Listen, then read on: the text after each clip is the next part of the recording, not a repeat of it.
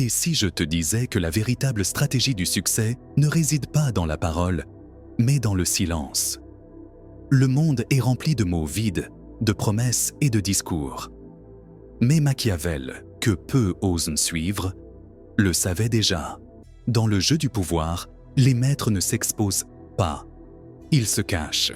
Il nous a enseigné « tais-toi et gagne ». Parce qu'au fond, le silence est la véritable force.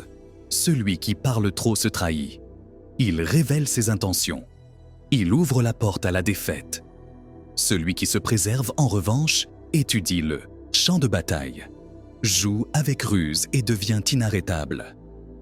Si tu veux être grand, tu dois comprendre que tout ne doit pas être dit.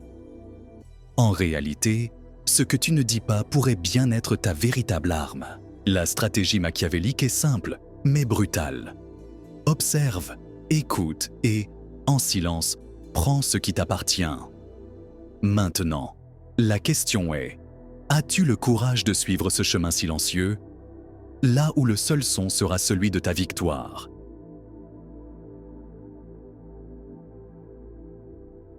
Mesdames et messieurs, permettez-moi de commencer par une idée provocante, peut-être même inconfortable.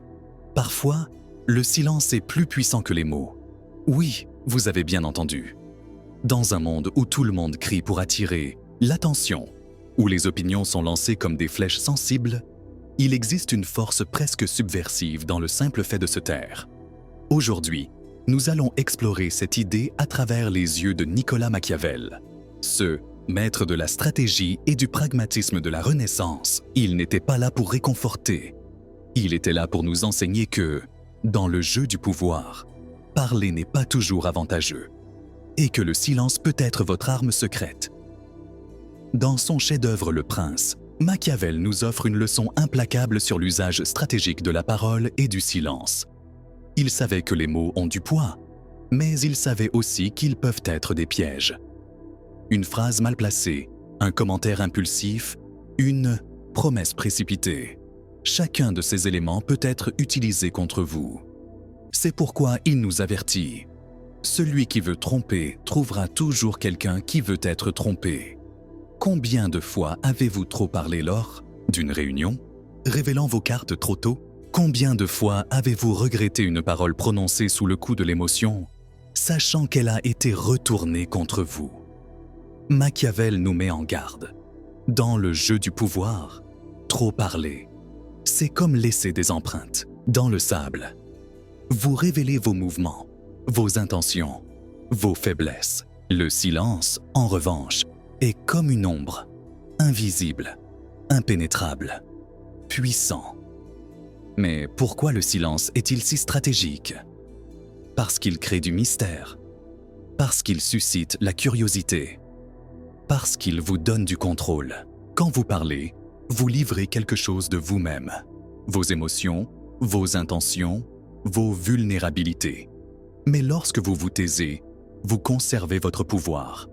Vous forcez les autres à spéculer, à remplir le vide avec leurs propres suppositions. Et souvent, ces suppositions jouent en votre faveur.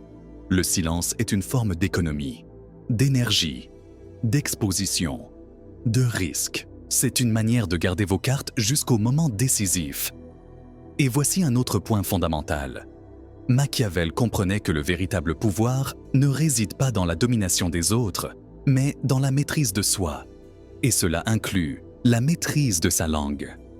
Combien de fois avons-nous vu des leaders perdre leur influence pour avoir trop parlé? Combien de fois avons-nous vu des personnes compromettre leur position parce qu'elles ne pouvaient pas contenir leurs émotions? Le silence est une discipline, un choix conscient de se retirer du bruit et d'observer. C'est une forme d'intelligence émotionnelle, la compréhension que tout n'a pas besoin d'être dit, que toutes les batailles ne valent pas la peine d'être menées. Mais voici le paradoxe. Le silence n'est pas de la passivité, bien au contraire. Le silence stratégique est actif, calculé, intentionnel. C'est un choix délibéré d'attendre le bon moment, d'observer avant d'agir, d'écouter avant de parler.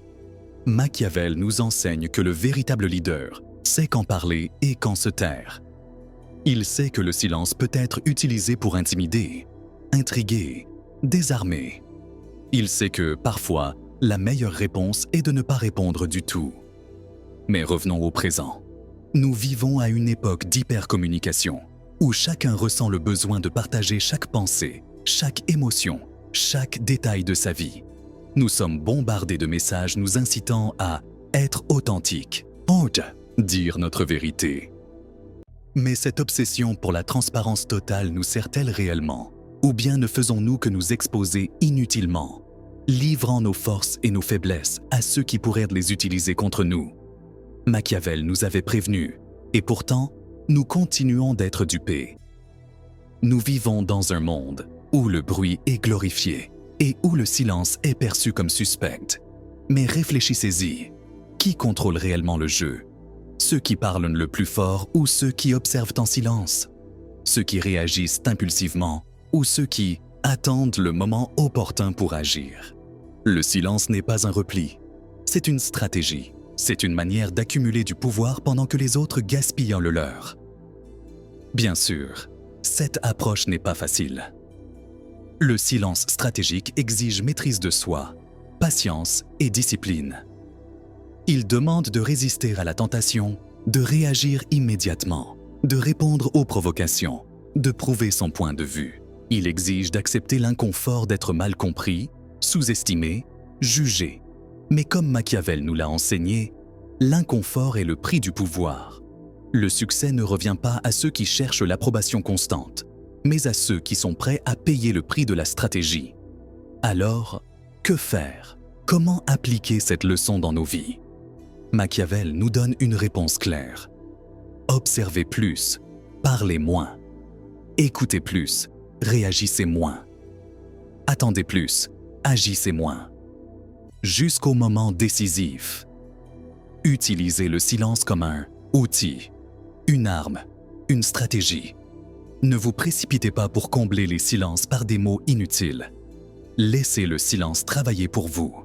Jusqu'à la prochaine fois, où nous continuerons d'explorer les labyrinthes de l'esprit humain.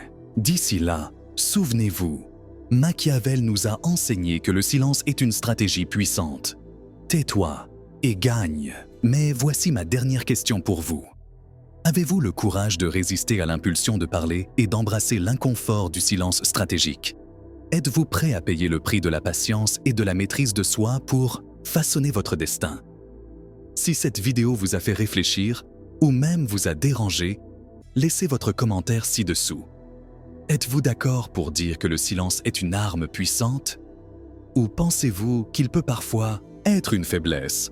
J'ai hâte de lire vos avis. À bientôt.